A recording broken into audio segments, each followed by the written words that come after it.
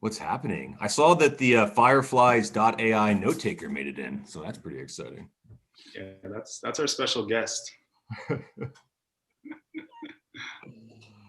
So listen, everybody. Are we live now? Yasmin, is this live?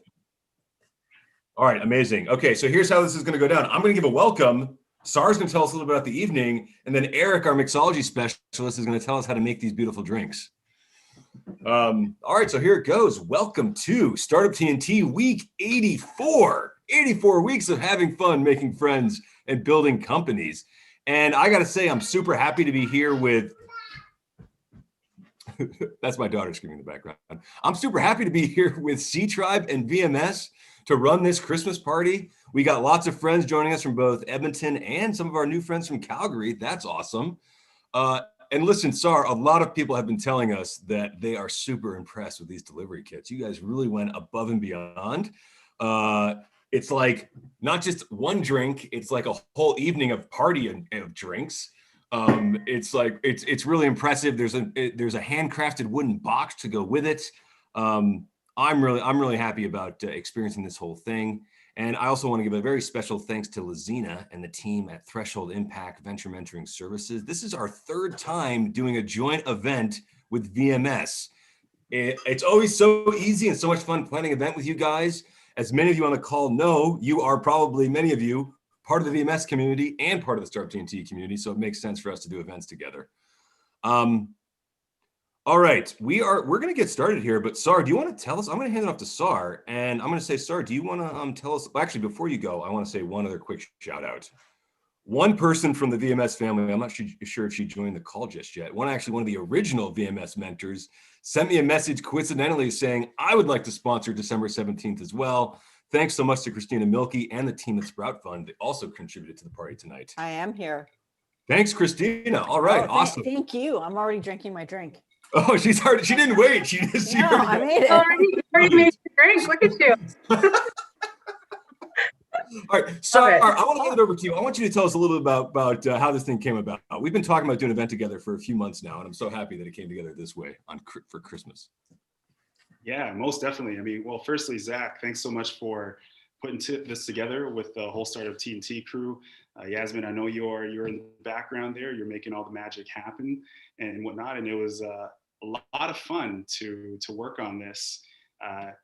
Ironically, I was actually part of the first cohorts of VMS too, and Christina was actually one of my mentors. So it's crazy how our community is so connected and everything's kind of comes together. I guess the story about the kit and how it came about. So for those that know a little bit about me and the organization that I run, so we run a in-person conference and festival called the C-Tribe Festival. And given all the mayhem with the pandemic, we weren't able to do anything in person this year. But with the community that we curated, we were still looking for a way of creating a little bit of a full 360-degree experience, right? I mean, if you can imagine, when you go to a festival or an event, you get the taste, the smell, the feel, all those five senses of your body, interacting with the environment that you're in. And given with all the Zoom chats we're doing and, all the virtual stuff that we're doing, we kind of needed a way to still reimagine that energy, even if we couldn't get there 100%. So back in July, we hosted our very first virtual supper club that featured a virtual fashion show and these cocktail kits that everybody got to deliver to their door. Now, in the spirit of being lean and being a startup, we didn't necessarily have all the money in the world to pay a wood shop worker to create these kits. So if you can imagine, I was on Google, Googling how to make a wooden box and what a bevel means. And if for anyone that has ever created any wood boxes or anything out of wood before, you got to learn some of the terms like beveling and mitering and all these weird things. And so I took out a little studio just in the Film and Arts Video Center here in Alberta. And I was just in there using a handsaw and a table saw and stuff. And coincidentally, after that, I ended up running into one of my really good friends. I played basketball with him at the university, and he just invited me over for drinks one day, just a social gathered kind of backyard drink activity over the summer.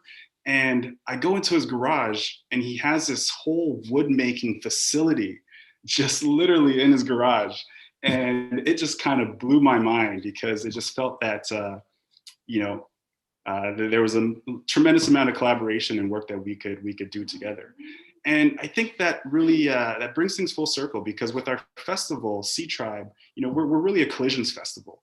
And what we mean by that is we try to find ways to bring together disparate industries that may not ever have a chance to really connect or collaborate in regular fashion. So I think this was just a perfect example of, as we put together this kit and reimagined this experience, how a non-for-profit, a venture fund, a wood making studio, and a bartender came together to be part of this experience and stuff. So without further ado, that's a little bit of our story and how the kit was created. If you do get a chance, I really do encourage you to go on Instagram. That's the only place where Nick, he's the woodworker, has some of his portfolio. And I'll link his Instagram in the chat. It's just nicola.woodworking. And if you get a chance just to say hi, take a look at some of his stuff that he created. He really put a lot of work into creating these 45 custom boxes for everybody. Last thing I will say is don't throw them away. What we're trying to do is, if you want to use them for maybe like regular gift giving to friends or family, that's great. By all means, they are yours. But if you want to organize a time where we can come and pick it back up, what we're going to do is we're going to see if we can keep these boxes kind of rummaging in the community. So if you send us your logo, on the next time that box is used, we're going to put everyone's logo, that person's logo on that box. So the next person that gets it will see that, hey, Startup TNT was here, or hey, VMS was here, or hey, 77 Snacks was here. And just to kind of think of how a capsule would kind of move and rummage through a community and over time. So 2 options: use the box, it's yours if you want. If you want your logo imprinted on it, let us know. I'll link my email as well. We'll pick it up, and the next time that box makes its way to the community, it'll have your logo on it, and we'll kind of keep it cycling within the innovation and creative community like that. So thank you, Zach. Thank you, Lizina. Thank you, everybody, for joining as well. And I think I covered all the points. Is there anything else that we want to do, Zach, before I introduce the bartender? Did someone do like a drink exchange with you when you were doing any drinks? Were there any interesting stories? I think the coolest thing was seeing the Indigenous Lives Matter and Black Lives Matter signs in your window, Zach. That sounded like a planted question now. All right. No, let's hand it over to Eric, the bartender. Perfect. Eric, yeah. So Eric, are you there? Yes, how are you? How's everybody tonight? Doing well. Before you get started, Eric, we've been working together for a while. You are our go-to bartending crew for our in-person festival that we host. You have bartended in all over the world, places as far as Chile and US and Mexico, and you're probably one of the best of your craft. And we're so happy to have you join us. So I just wanted to provide that really quick introduction, but floor is yours, my friend. Thank you. Well, good evening, everyone. I hope everybody's comfortable at home and keeping warm with this weather. We're going to start this mixology session with opening your boxes. If you already have, that's great. Inside the box, we're going to look for all the ingredients that you're going to need for your mixology session tonight. You're going to need a bottle of CÎROC. I'll be talking about CÍROC shortly. You're going to need your hibiscus tea, which was already steeped prior. You should look of that color. I'll talk about hibiscus shortly as well, and some packs of honey for your honey syrup. As well, we have 3 to 4 fresh lemons. Does everybody have that? Yes? So, yep. Does anyone not have any of the ingredients? I think we did an all right job making sure that everyone got the ingredients. Good. All right. Good to go. Okay. So, CÎROC. CÎROC, by the way, is one of the ultra premium vodkas in the world. Vodka is known to be a neutral spirit. What am I trying to say with neutral is that vodka should not have any predominant taste like rum or cognac or any whiskeys that behind me. CÎROC does have a very floral with orange notes and anise. It's 5 times distilled. It is produced in the southern part of France. And the beauty of CÎROC, vodka usually gets produced with a raw material of grains or potatoes or rice in Asia. CÎROC is made from 3 different grapes. So it's a fruit-based vodka. So that's why it's so smooth and it goes well with cocktails, also by itself. Now, to proceed to make the cocktail, we gotta make sure that we have our hibiscus tea already steeped and cooled. If not, please proceed and steep your tea while we'll work on the other parts of the cocktail preparation. Now what we're gonna do is cut all the lemons in half. So I'm gonna move the cutting board closer to you, so just cut them in half. Now, did you wash your lemons, Eric? Huh? Did you wash your lemons? Were the lemons washed prior? Yes, but just to be safe, everyone wash their lemons, please. They should have been washed prior, correct? That's correct, they were, but just to be safe, right? We're gonna proceed and squeeze all our juice.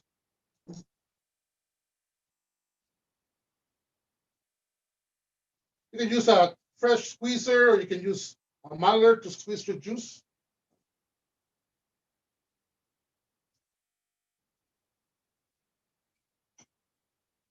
You should be getting about half a cup.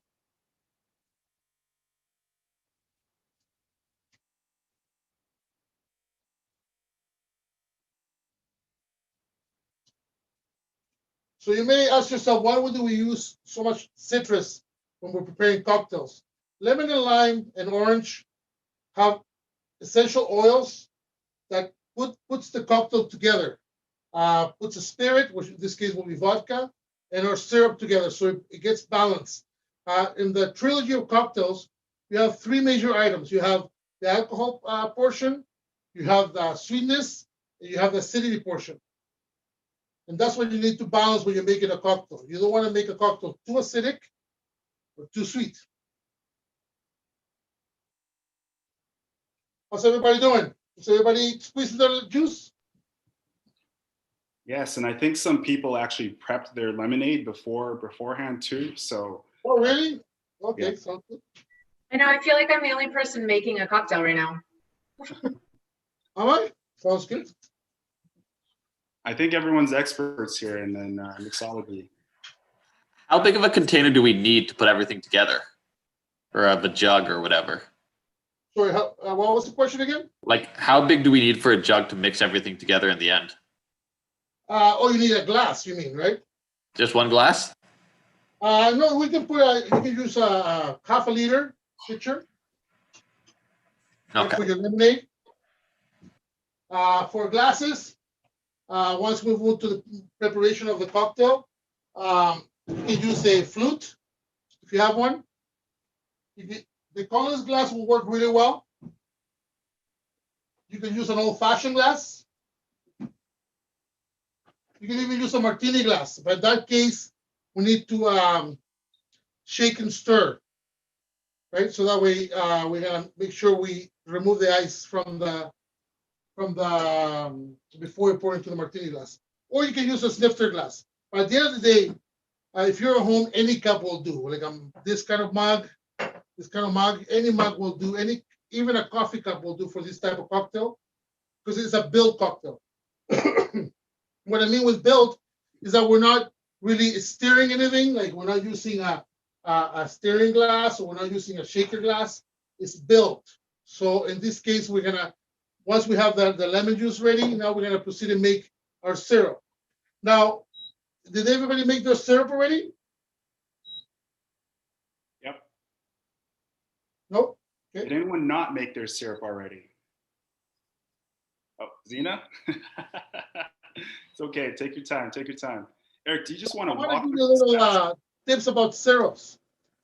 To make a proper syrup, it should be equal parts sugar content to water. So we're gonna cut the honey packages, and we're gonna put it into our saucepan. If you find that your syrup is not sweet enough, syrup should always have a sugar content.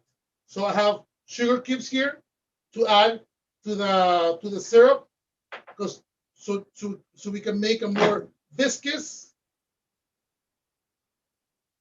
product instead of liquidy, right? And also the syrup is going to balance the hibiscus tea, which is not sweetened.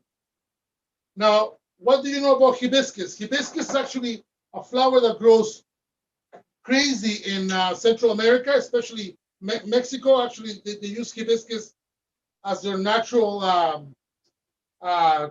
how we drink iced tea and Red Bull. In Mexico, they drink hibiscus tea and actually rice water. It's kind of a different type of culture. The hibiscus, they grow wild. They're very bitter. That's why we tend to mix it with honey and water.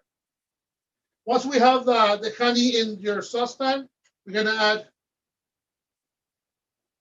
about half a cup for that honey. Now, if you want to have a sweeter syrup, just put some sugar in there. Now, the key of making a syrup is not to boil it. I'm sure some of you guys boiled your syrup. That's not the way you want to do your syrup. You want to do it very, very slow. Bring it to a soft boil. Make sure you keep stirring so you get all your sugar, your honey, and your water mixed up together. Now, when you want to make syrups, you can make any types of syrups. You can make here at our school here on White Avenue. I make pineapple syrup for clients. I make hibiscus syrup for a client downtown during the Christmas season. I made a Christmas cocktail bar in which I made some gingerbread syrup for old fashions. So the key to make a syrup is while you're cooling off your sugary water, you can call it. That's when you add all your ingredients and you let it settle for 24 hours in the fridge. So I can make strawberry syrup. Make sure you use very soft fruits so that way all the sugar is concentrated in the fruit, and then we'll bring in a nice color to the syrup as well as flavor. Any questions, anyone? While you're doing that, Eric, tell us a little bit about the Ultimate Bartending School while this is boiling. About the school? Yeah, I've been in the industry. I worked in all the clubs, West Edmonton Mall, Edmonton Event Center. I'm talking about just in Edmonton. I have a hotel and hotel management program degree from the University of Phoenix. I worked for CΗROC in Mexico for over a decade. I worked at Earl's here for about a decade, and in fine dining as well. We opened the school for Bacardi in 2003. We opened it for the sole purpose of training the staff in restaurants and bars. After that, we proceed with opening our company called Bar Source Consulting, in which we provide inventory systems. I have an economics degree from U of A and an accounting degree from NAIT. So I'm a numbers type of guy, always been. So I create inventory systems for companies and restaurants and bars. Right now, we do things when restaurants are closed. So we do all that inventory, and we do a lot of flair events, flair shows. We've been doing festivals for many years. We've been with Care West Festival for 10 years, running their beer gardens, as well as Latin Festival and other festivals around the province. But we do this for pure enjoyment. This is our passion. Myself and my partner Shadow, who is a phenomenal flair bartender. We've been training bartenders for 18 years, and it's so we're grateful that we see so many of them managing and owning their own restaurants and bars now, which that was the sole goal for us to improve the customer service in the city. And of course, now we do that in Mexico as well. We have the same program and event staffing in Cancun, and of course Mazatlan, where I used to work, and Cabo San Lucas. Now you're working with C-Tribe and Startup TNT. So I am bilingual. If you want to ask me stuff, no, I am bilingual. I can speak Spanish. Okay, so we have the syrup ready, right? So now we're gonna prepare the lemonade. So we have the lemonade here. We have water. So usually we want to have a little more of a lemon taste. So we're gonna put half a cup of water through 3 cups of fresh lemon juice. So sorry, that was 3 cups of fresh lemon juice, Eric, or half a cup? We have a 3/4 cup of fresh lemon juice and a half a cup of water. Okay. And then we have our honey syrup here. We're gonna add 3 tablespoons of honey syrup.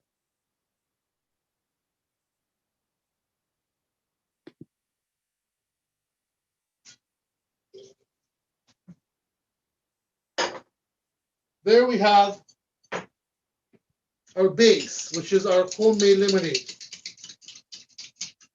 Before you go on here, Eric, does anyone need any explanations on any steps specifically? I can backtrack on the steps. So to prepare the hibiscus tea, we're gonna need 2 cups of water to a boil, and then we're gonna remove from the heat, and we're gonna add the hibiscus tea, let it steep, and let it for about 10 minutes, and then we're gonna let it cool off in the fridge for 1 to 2 hours. It should look about like this. This is the color you're looking for, a very deep red. And it's bitter, so it's not sweet. Hibiscus flowers are not sweet. The step 2, I believe we prepared your lemonade. So we were mixing 3 cups of fresh squeezed lemon juice to half a cup of water, and then we're gonna add 3 tablespoons of the honey syrup that I just made. Honey syrup, equal parts of water to honey, and if you want it sweeter, you can add some sugar.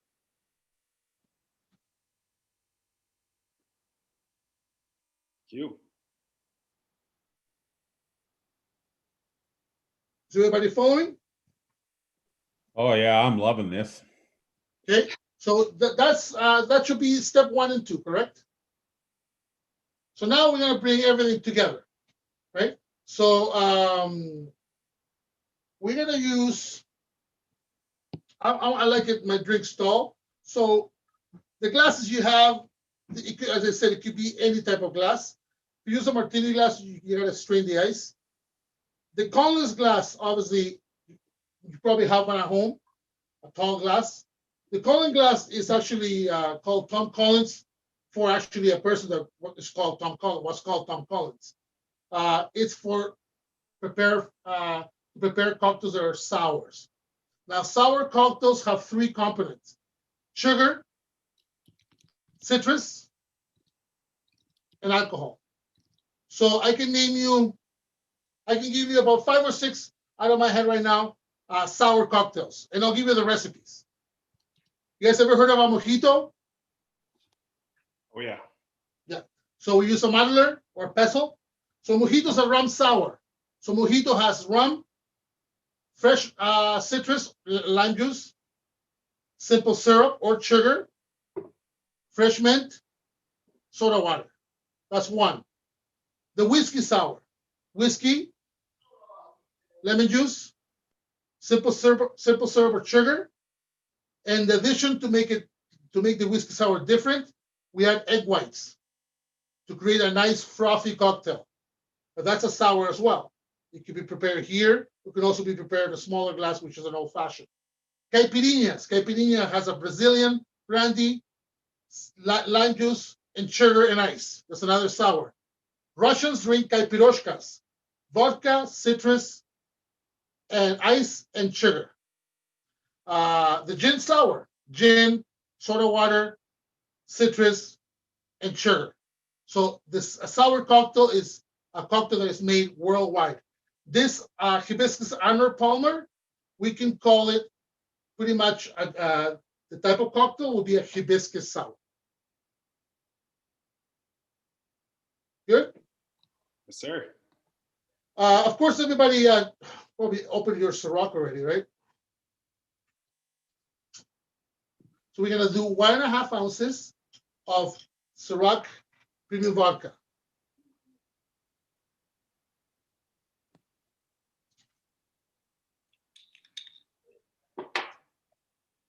Okay, 1.5 ounces of CÎROC vodka. Then we're gonna add some ice.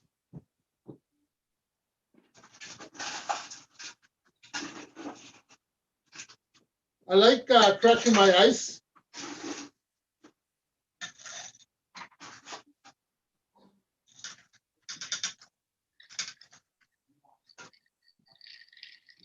Okay, we have the vodka, the ice.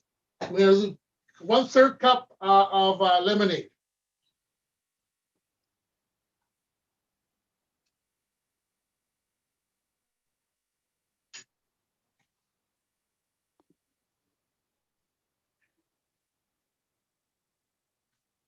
We have the lemonade. And now we're going to proceed with the hibiscus. And again, the hibiscus is a 1/4 cup. So only there you go. Now, these are called swizzle stick. This is a bar spoon. The difference is that the swizzle stick doesn't have a spiral. So if I want to get all this mixed up together, you can use a spoon too. You put the swizzle stick inside, and I bring it to a nice mixing level. That's so cool. There you go. That is your Hibiscus Arnold Palmer. Salute.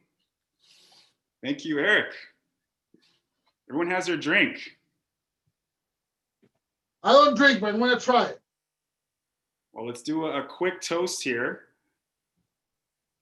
Zach, do you want to lead the toast? If you think, Yeah, let's do a toast, Eric. Can we do a toast? okay, if you think it's not sweet enough, you add more syrup.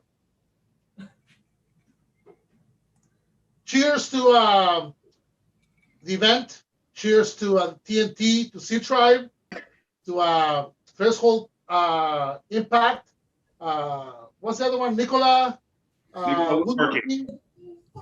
I hope of course, to C-Tribe and everyone that put this together. Have everyone a very Merry Christmas with these difficult times, but we can see that the sky is opening. You know, we can see that vaccine is coming soon, and we're going to get back to normal in the next few months. So let's stay together, stay in touch virtually, but at the same time, you know, be kind to one another. You know, it's tough right now for everyone, and of course, right now we have to focus more on supporting each other than actually arguing with each other what's right and what's wrong about this vaccine coming up. Cheers to that, brother. Here's Eric. Thank you.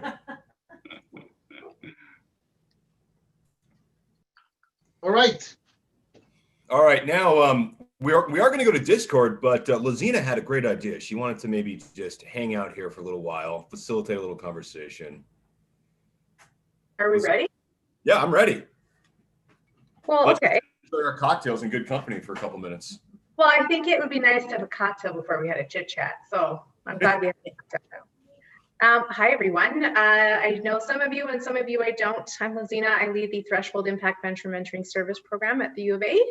I see a lot of our entrepreneurs here and some of our mentors as well. I'm really happy that we're able to help host this and be part of it today. So thanks, Zach and Sar, for letting me join in the little trio. I thought it would be nice to have a quick little chat, and I want to hear from both of you how the year went for your respective groups and work that you do. So I thought, Zach, we could start with you and just from your perspective, hear a little bit of like, you're so funny. A little bit of like, how did the year go? How did your year go? Tell me how startup TNT went. How did you do? Yeah, bring her over. That's good. I want to answer this question, but Summer wants to answer it with me. Well, I think together is very nice. Yeah, this has been, I know it's been like a bit of a whirlwind year for everybody, but I am ending this year feeling really, really happy. You know, someone sent me a message that was like, wow, it's so awesome to see this many supporters of the TNT community joining us for this event. And I think that makes me really, really happy. You know, we started this just as a happy hour meetup. A lot of the people that are now helping me build this into something much more than a happy hour meetup are people I met at the happy hour meetup. Tim Lynn, Brad Clark, they're here today, Brendan Hance. You know, as far as the year goes, I think I really can't complain. We had 2 summits. We've gone in raising something around $1 million for 8 Alberta companies. Many of you are here today joining us. Many of you invested with us are here today. You know, I really just want to have fun, make friends, build companies, invest in great companies. And I do have a PhD, so I want to invest in all the scientists too. So I've had a great year, Lizina, and want to keep doing more fun events like this one with everybody. Well, and you know I'm into that because when you ask me to do something, I'm like, yeah, I'm super happy to help and be part of it. It's pretty fun. What would you say if I had to ask you one thing that you would pick as like your special in your heart, makes you warm and fuzzy kind of highlight? Like what feels like awesome to you in terms of your professional year? We'll get to the personal stuff in a bit. Tell me about professionally. What makes you like the happiest?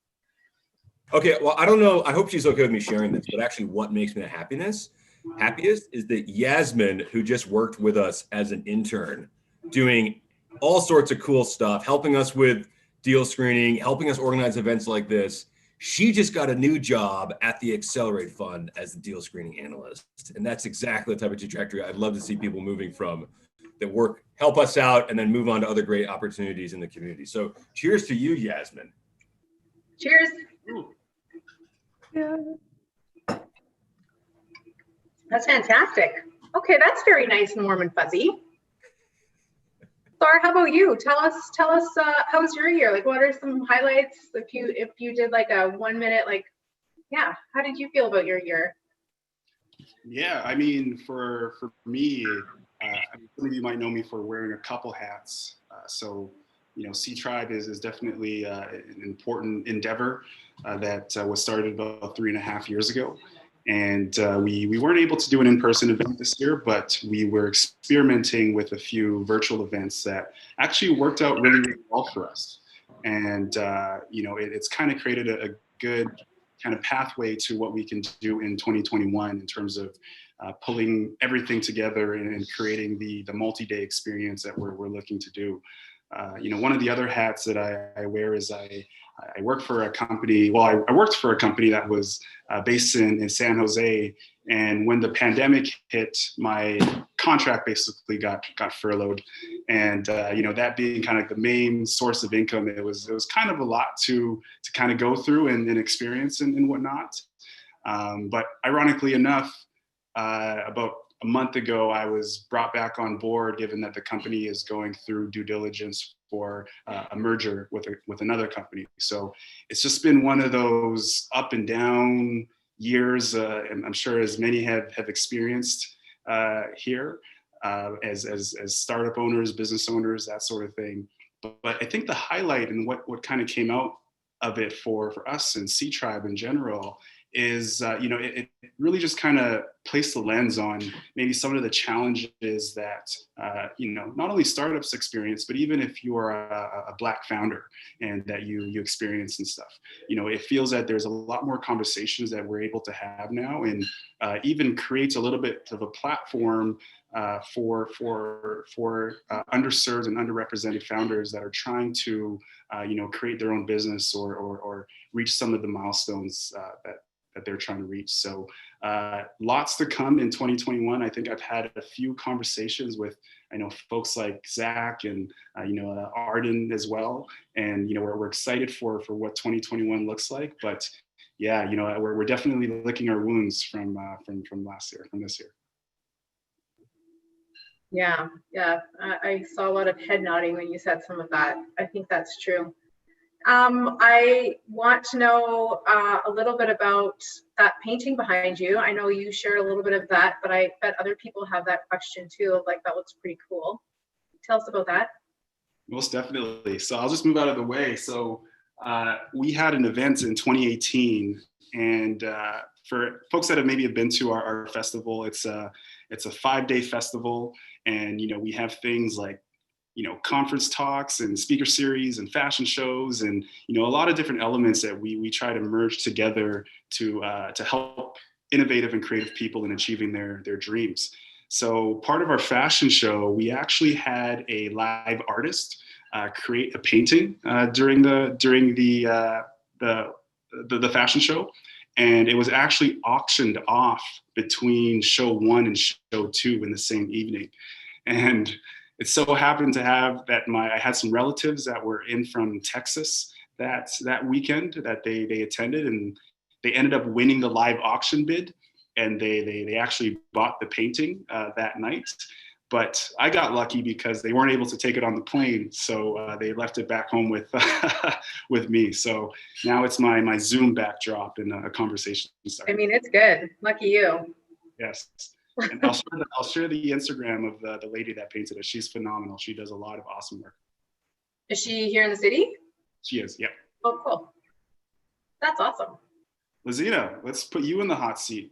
How's the year been for you? Yeah, I from a professional standpoint, within VMS, it's for our team in VMS, it's been a really great year in terms of our ability to have transitioned to virtual land, to be able to support our entrepreneurs and to draw on our mentors. The other thing that I would say, I think that was really great is, I think because of significant challenges that you just described, that a lot of you in here would describe challenges that people faced, I really got to see the true sense of community within VMS. I think we have such an incredible group on the inside. And I'll give you an example of what I mean. So day 1 of the pandemic, I am a former entrepreneur. I was in VMS myself for a couple of years. That's how I first met you, Sar. You were in VMS when I was in VMS. Arden brought me into the program. So that's how I got there. And so I got to see this sense of community from then. But what I would say of the components of this pandemic, day 1, I had this feeling of oh my God, I can't imagine what place my business would have been in. It just would have been, I would have felt like it was done. And I was able to very quickly, because I think I directly understood, though I didn't go through that myself, I was I know how I would have felt, or at least I think I know. I wanted to do as much, our team, I shouldn't say our team wanted to do as much as possible to help our entrepreneurs and many of our mentors who also have businesses who were going through what they were going through. And so it was really easy within a day to reach out to people, many of our mentors, some of our entrepreneurs, to say, hey, can you help? Can you lead some thinking, and just in a drop-in kind of way. There's nothing organized, because it was day 2 that we were able to offer some support. How do you work from home? Some people don't know how to do that because they've never actually done that with their team. So can people who know how to do that, can you come and talk to others and tell them what they need to know?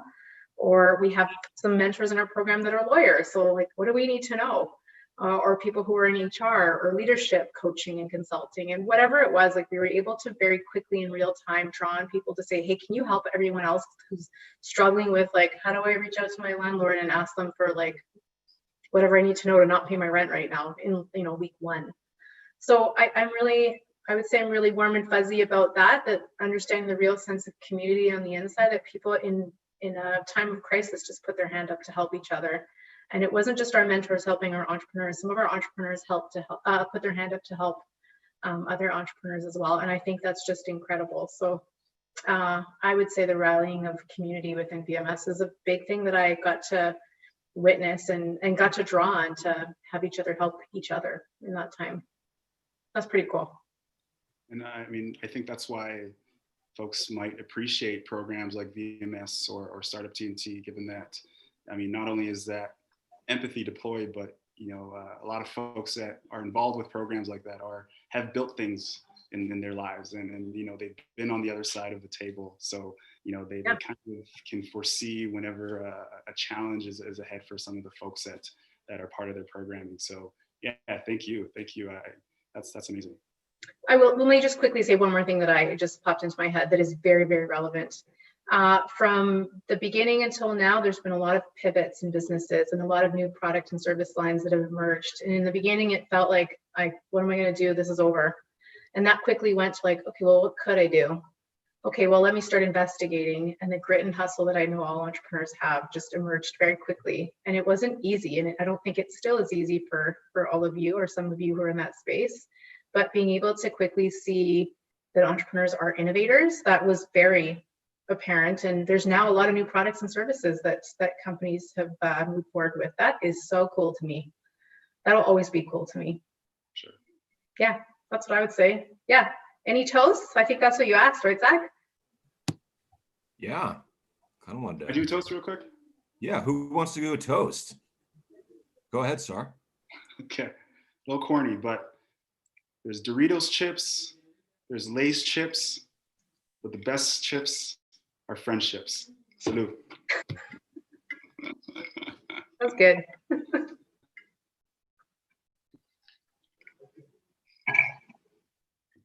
Zach, any final words? You know what? I want to see everybody on Discord, so don't leave. Join me on Discord. I'm there every single Thursday, and I will be for all of 2021 as well. So keep on keeping on. Excellent. Dad jokes live on. Thanks, guys. See you on Discord.